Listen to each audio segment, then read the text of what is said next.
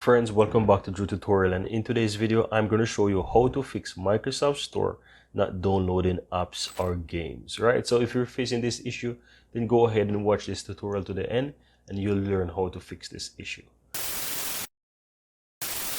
Now, the first thing that you want to do, guys, is simply go ahead and right click on your Windows icon on your taskbar and go to settings. On the left hand side, you want to go to Windows Update and you want to check to see if you have any updates.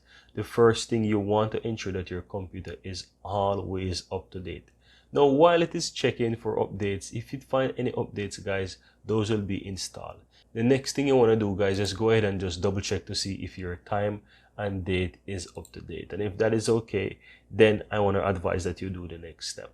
Right, so once you come with a check for update, if it found any updates, go ahead and update them and then restart your computer. Now, after your computer is restarted, guys, if you're still having issues, guys, just simply go ahead, click the Windows key on your keyboard. You can simply type in Store, and once you find it, you can just simply right click on it and go to App Settings. Now, once you're inside the App Settings, guys, do a scroll down and you want to simply look for Reset here under Reset. Now, once you find Reset, go ahead and hit it, then hit Reset again. This will take a moment to do the reset.